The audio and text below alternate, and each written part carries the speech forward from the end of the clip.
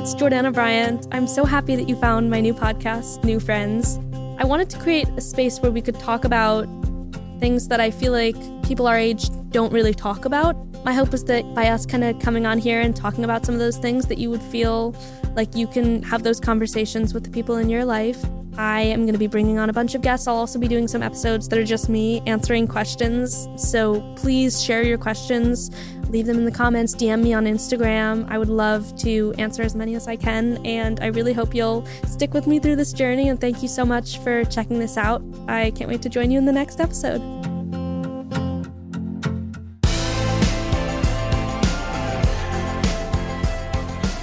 Welcome back to another episode of New Friends. I'm Jordana Bryant, and today we have a very special guest reappearing, Lily Grace. You can't get rid of me yet. She's the only one that will pick up my calls. Yes, it's good to be here. No, but I feel like there were so many comments of like asking to go deeper into topics that we were talking about, Sure. or like asking about other things, and I feel like we just have because we hang out literally like every day. We have so many things to talk about. I should honestly change my address to yours, I think. Right? Mm-hmm. I mean, my brother's really rarely at our apartment. Perfect. You should just move in. Hey, girl, I'm here again. Okay, wait. So speaking about fun things that we've been up to, a few weeks ago we went to Mexico, to Cancun. So exciting. Which was so fun because we had never, I'm like, this is our first trip together. First of many, I think, Couples is a good trip. way to put it. We were like vacationing together.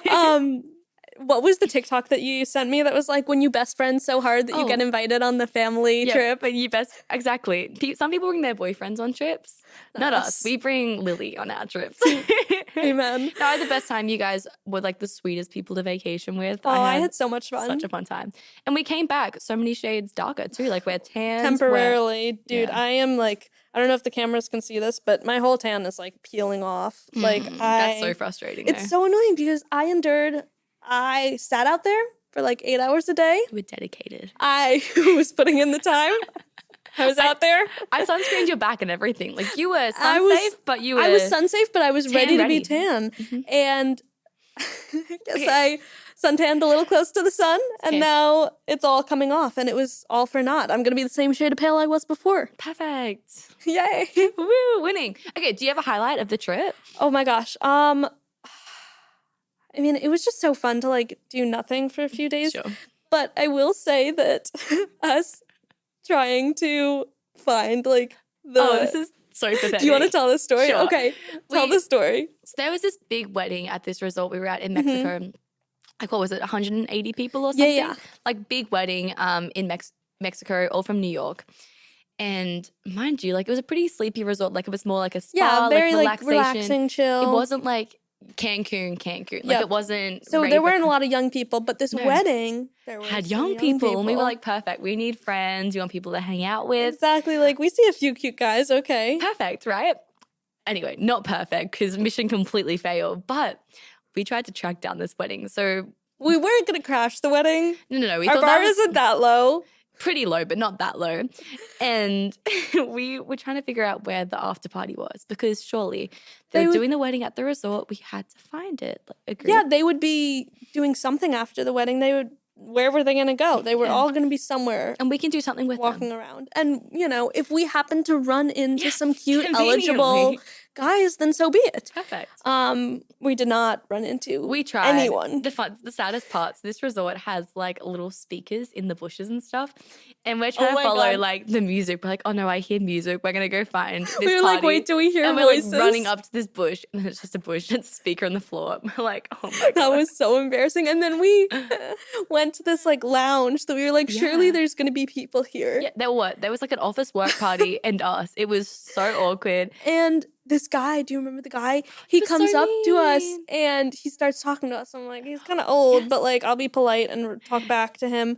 And can I for one sec? She whispers to me like midway through. She's like, he has gray hair. I was like, absolutely no. Abort mission. And then Lily sees that he has a wedding ring on. What are they with these Mexico men? And I'm like, sir, I was trying to just be polite by talking to you, but now I fear not. And then he was so mean to he was horrible. The bartenders. He had clearly had a few much to drink, and he was like, "Where's my order?" And I'm like, "You clearly did not order." It was like 16 drinks or something too. And it was 16 Aperols. It wasn't like it could have been messed up at all. Yeah. But he was so mean. We had like the friend there who was serving us. He gave us like hibiscus to try, Yeah, dried yeah. hibiscus. And they were so sweet. So sweet, and we felt terrible. We were like, what are we doing at this office party? I think we should maybe. We were like third wheeling, Head not home. on a couple, but like on a whole 16 On a whole people. office party. Hey guys. Oh my gosh, what a fun trip though. I'm so happy that you were able to come, and you So came glad. you had like literally the wildest flights to get Crazy. there. How many flights did you take?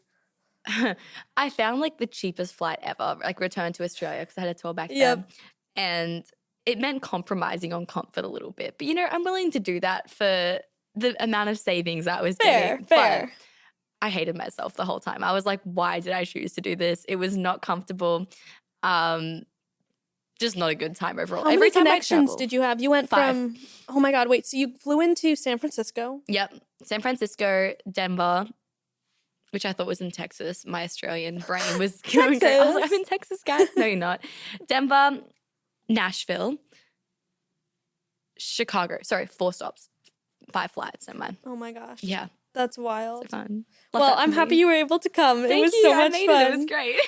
So I felt like today, something that I saw a lot of people asking us to talk about that we didn't really talk a lot about Okay. is being in music and Mm-hmm. being artists. I feel like it's something that we've both put so much into and we're so focused on it. Sure. And some people were kind of asking about like, what does that look like in the day-to-day of like sacrifices and you know, obviously we've both moved to Nashville. Sure. You've moved a lot further than I have. Sure, you made a big move. It's a big jump. But so I would love to like talk about, what do you feel like you've missed out on, and like what do you feel like the sacrifice is for doing music? For me, it's a passion project as much as it is a business. Yeah. And I feel like the compromise for me right now is being away from my family because they're my rocks and they're so far from home, and it's like the uncertainty of knowing when I'm going to see them again. Yep. But like more than that, I feel like what you relate to as well is like the compromise of like running after this every day kind of thing. And it's not as such a safe career choice. And because of that, I feel like it's our responsibility to work as hard as we can for it. Because it's not like you go to university, get your degree and your entry into jobs. I feel like it's all on our shoulders if you relate to that in a way. And like on that is my family. I want to do the best by them. I want to be doing the best by my team. I want to do the best by the people who are supporting and believing in me. And I think that just means trying to put your best foot forward every day, even when you don't really want to. Yep. And I think you'd be guilty too, sometimes like sacrificing, you know, like personal things. And that's saying no to birthdays, canceling things you really should be at for friends or family because a gig came up and you have to take it.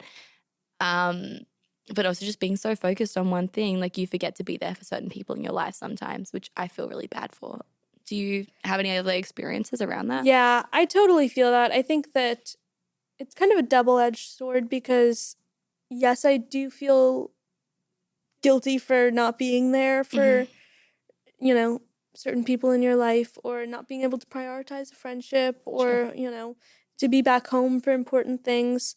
But I think I would feel more guilty if I wasn't, like, putting in, like, all the time and energy that I could for music. And I feel like it's one of those things where there is no set schedule, so it's very hard to find the right balance of working too little, working too hard. And I think we both have personalities where we're just going to work as hard as we can. And I think that's a beneficial thing because for a career like music, you kind of do have to put everything into it. But I think that it's also hard to find like the balance of what things are important to, like, you know, make time for. And I also feel like we both definitely feel a little bit of, I know we've talked about this, we both feel pressure internally to succeed for the people that have supported us. Absolutely. And like, I know we talk about wanting to, you know, succeed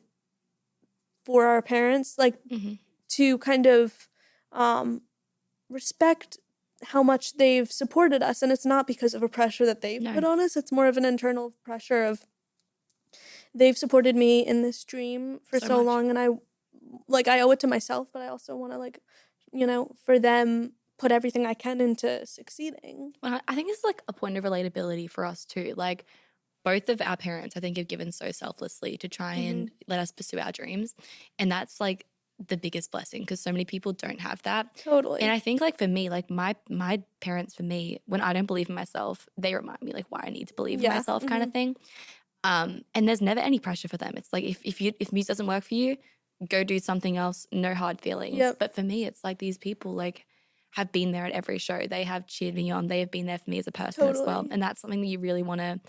A question for you, like, on this, I guess, like, with these compromises that we're talking about with, music, career, all these things, do you think you've lost like any friendships or relationships over it from people not understanding how it works and your drive? For sure. I would say that I've probably lost almost every friendship I've had in my life because of being so focused on music. I think that in some cases, like my closest childhood best friend, I think she really just couldn't relate. And I think that she was focused at this time we were in high school, and she wanted to be, focused on going to parties and meeting guys and like the whatever high school experience she thought she should be having. And I, one, wasn't really like that type of person, but two, was so focused on my career. And I think we got to a point where she just couldn't really like relate to that and didn't want to talk about that. And I would be telling her things about my music, and I could just tell she wasn't paying attention. I'm sorry for that. It's terrible. No, I mean, I think it's part of life. You have different interests, even when one person is going to college and the other one's working or whatever, like, or you're, one person's doing a sport and the other one is focused on academics, whatever. People have different paths.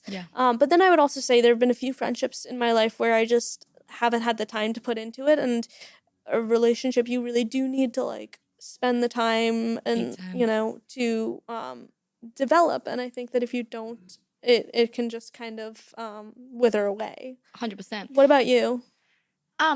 Yes, I'd say so. My friendship group, again, we're hanging out all weekend, and then I don't know, I think in a way, without making a disrespectful comment here, I feel like I get workaholic vibes from you as well. And it's like, head down, I'm running after this. And I feel myself, I'm quite similar in that way. And again, like when I was at school, like, and I was doing my thing, like lunchtimes, I was like, I'll get my emails done so I can go and practice when I get home. And when you're in those seasons, like, you're not making time for the things that most kids make time for. And those friendships, you pour so much into it. Like, my childhood was gigs on the weekends, lessons, things like that. And sure, I did do some stuff outside of that. But like, I look at my little brother, for an example, and he literally goes to school, goes to sport, works like 3 hours a week. And the rest of the time he is with his friends, surfing, doing all the kid things. And I'm so happy for him that he has that.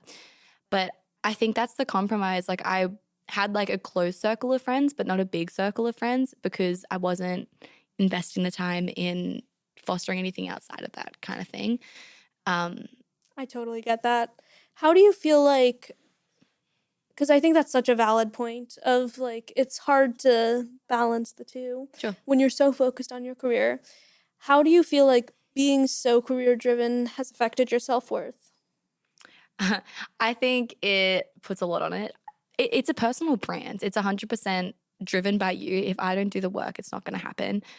Sure, opportunities can come, but at the end of the day, the way I see it, it's my fault if it works or it doesn't.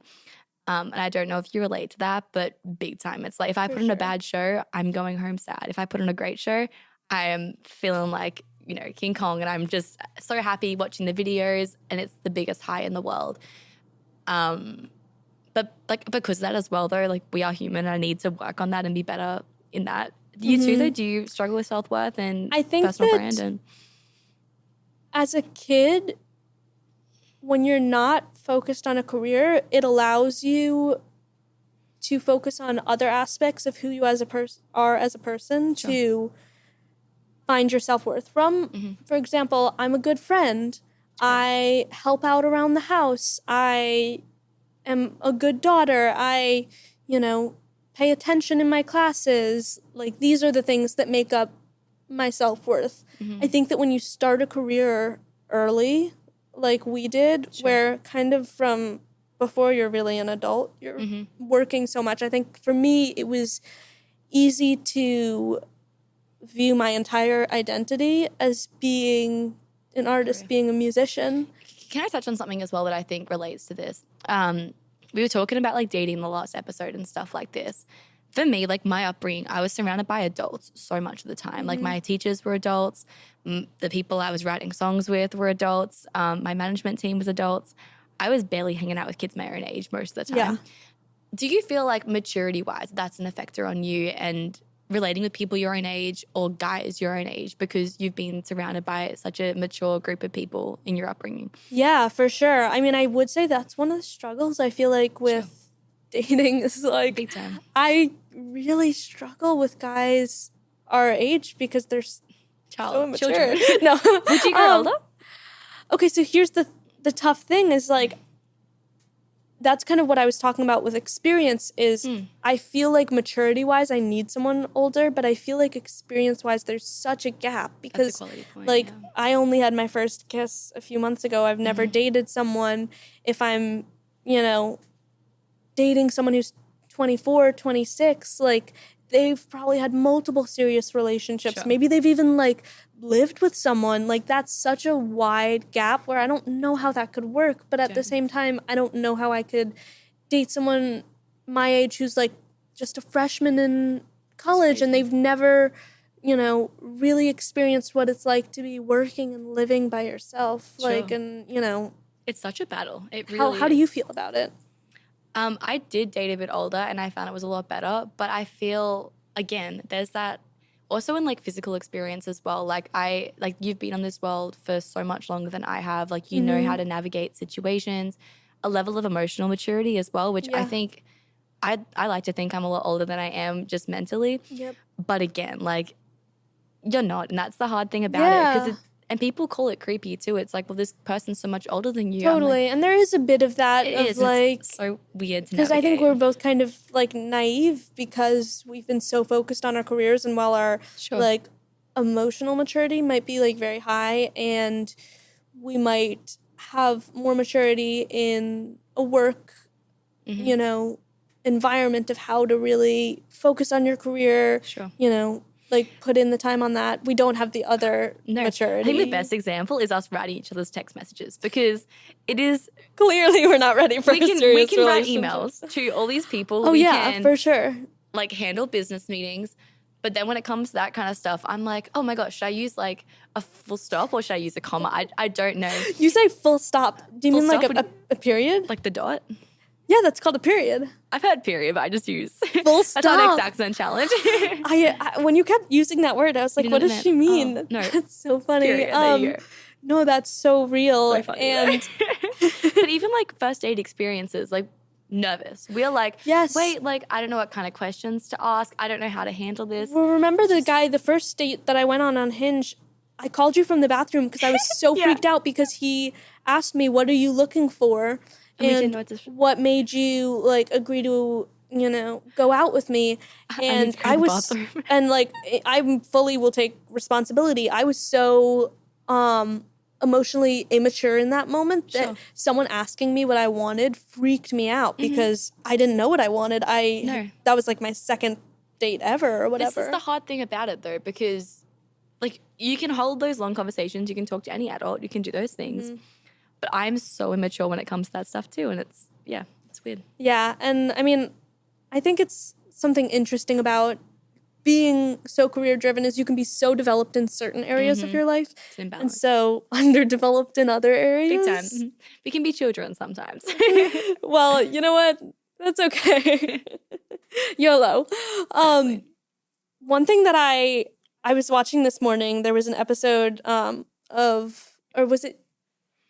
was listening this morning. A few days ago, there was an episode of Call Her Daddy with Ed Sheeran that just came out. And he was talking about plan B and not having a plan B and the importance of like really just diving fully into whatever you're doing. Sure. I feel like music is one of those careers where people always ask you, like, what's your backup plan? How have you navigated, being fully into a career? And do you feel like it's something where you've thought about, oh, if this doesn't work out, I could do this other thing? No, I don't think so. My the way I was raised, like with my parents, I was very insecure when I was little. And I was so shy, so nervous, couldn't speak to a wall if I had to. My dad really helped me in that journey and grew my confidence, hyped me up, all the things, but just really built that in me. And I feel like that's a big part of my personality now. But I like to my core believe you can make money doing anything. You can make a career out of anything if you set your mind to it and you work hard enough. If you surround yourself with smart people who are giving you the right advice, and if you keep your head down, there is no reason you can't do that, no matter what you want to do.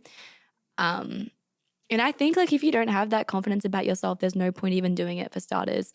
What about yourself though? Would you ever like consider doing a different career if music didn't, I guess the word make it, but didn't get to where you wanted it to go? Yeah, I could not imagine doing anything else other than this, because I think that nothing fulfills me like music. And I think that when you're going for a career that takes a lot of work, with truthfully is any career now. It is, yeah. You have to have such a strong why, like a reason for doing it. And for me, like that's so clear with music. It's like I really want to make an impact on people and create a community where they feel seen and heard and where they know that they matter. And I feel like that's for me, the reminder every time, like, you're going through a rough patch, being like, that is why I'm doing it. And I also I feel very lucky that, I get to wake up and do what I love every day. We have difficult days, but like most of them are awesome. But even in the difficult days, I'm still doing something I love, It's a win. And I think that it is the burn the ships theory. Like you just have to like fully be looking forward and not, considering anything in the past, because that's just going to distract you. 100%. And I feel like you've done that so effectively with moving literally across the world. Like that's, if anyone's burning the ships behind them, that's a full-on burning the ships. Very because sweet. You too, though. You've come a long way. Like moving, and how was it like leaving home and being so far away from your whole community? I've been taking trips back and forth, so I'm lucky I have a bit of a base here now, but my people are in Australia right now. Apart from yourself, like my family are there. Everyone who I've grown up with are back home. And now it's kind of the sad part of like, I'm choosing to chase something that means I have to be away from them. It means I'm going to miss all the weddings, miss the birthdays, miss everything like that. And that's a really hard thing for me, because they're like the reason I want to do this whole thing. And I do it for me, for building a community, for doing what I want to do. But at the same time, like when your family is so close to you, that's the hard thing about it. But I think when you have people who believe in you so much, they want you to be doing what is right. Totally. And it's the same with our friendship as well. Like I want you to go and do, if it means, whatever, I will be 100% cheering. And that's the cool thing about, I think, loving on people and just having them in your corner. What about you? Like, were you saying goodbye to a lot for Pennsylvania, or was it kind of a fresh start for you that you wanted? I mean, I'm lucky because it's only a 2-hour flight back to Pennsylvania. And my family also moved with me when I was 16, which I'm so grateful for.